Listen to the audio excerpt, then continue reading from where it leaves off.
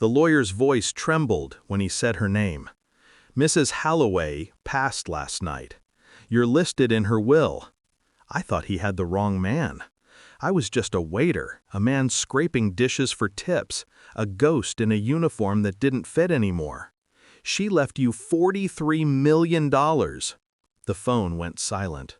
I could hear my own breathing, heavy, hollow. Then, the question I didn't want to ask escaped me anyway. Why me? The lawyer hesitated. I could almost hear the papers rustling in his shaking hands. "She said, 'You look just like him.'" And that was it. The call ended. But those 5 words clung to me like a curse. "You look just like him." I met her 3 months before she died. Every Friday at 6:30, she came to the same booth, table 14. Always dressed in quiet elegance, a silver brooch on her coat, eyes that saw through me. She asked questions that felt too personal. How old was I? Where was I from? Did I have family? And always that faint, trembling smile when she looked at me, like she was remembering someone else. One night, she left a $100 bill beneath her cup and said softly, "You remind me of a man who ruined my life." Then she stood and left without another word. That sentence haunted me for weeks. The next Friday, she didn't come. The week after, I got the call. $43 million. For what? For resembling a ghost she once knew? Or for something darker I hadn't yet uncovered? I started looking. Her name led to obituaries, old newspaper clippings.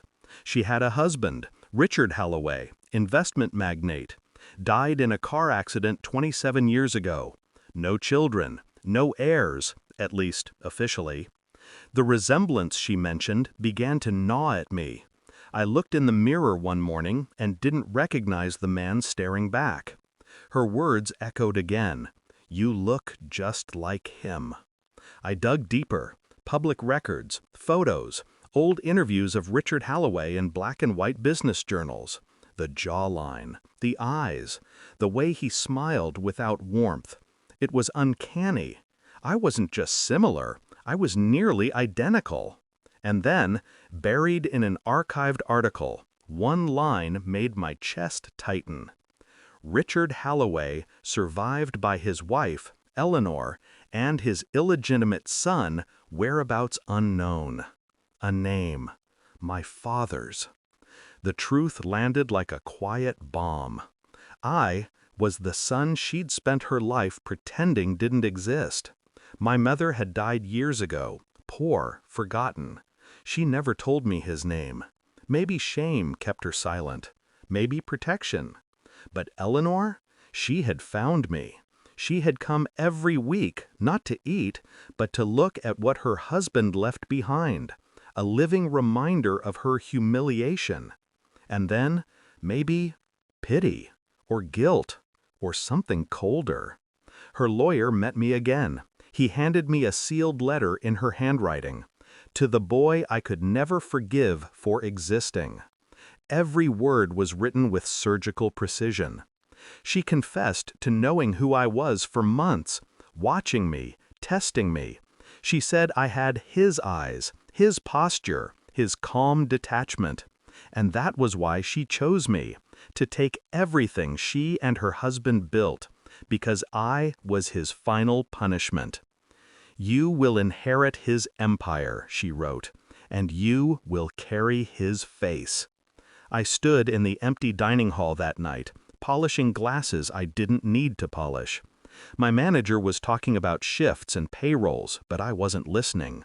I had the money, the power, but it wasn't triumph I felt, it was symmetry. The next morning, I drove to the graveyard. 2 stones, side by side, Richard and Eleanor Halloway. I placed a $100 bill between the flowers and whispered, "Consider the debt paid." Then I walked away, leaving their names to erode under the rain. I didn't celebrate, didn't move into their mansion or touch the accounts. I just quit the restaurant, sat in the quiet of a cheap apartment and listened to the city breathe. Sometimes I catch my reflection in the window and see him, the man who ruined her life, the father I never knew. And now I understand why she left it all to me, not out of love, not even out of guilt, but to remind me that no matter how far you run, you can't escape the blood that made you. I inherited his fortune, his face, and his silence. That's the cruelest inheritance.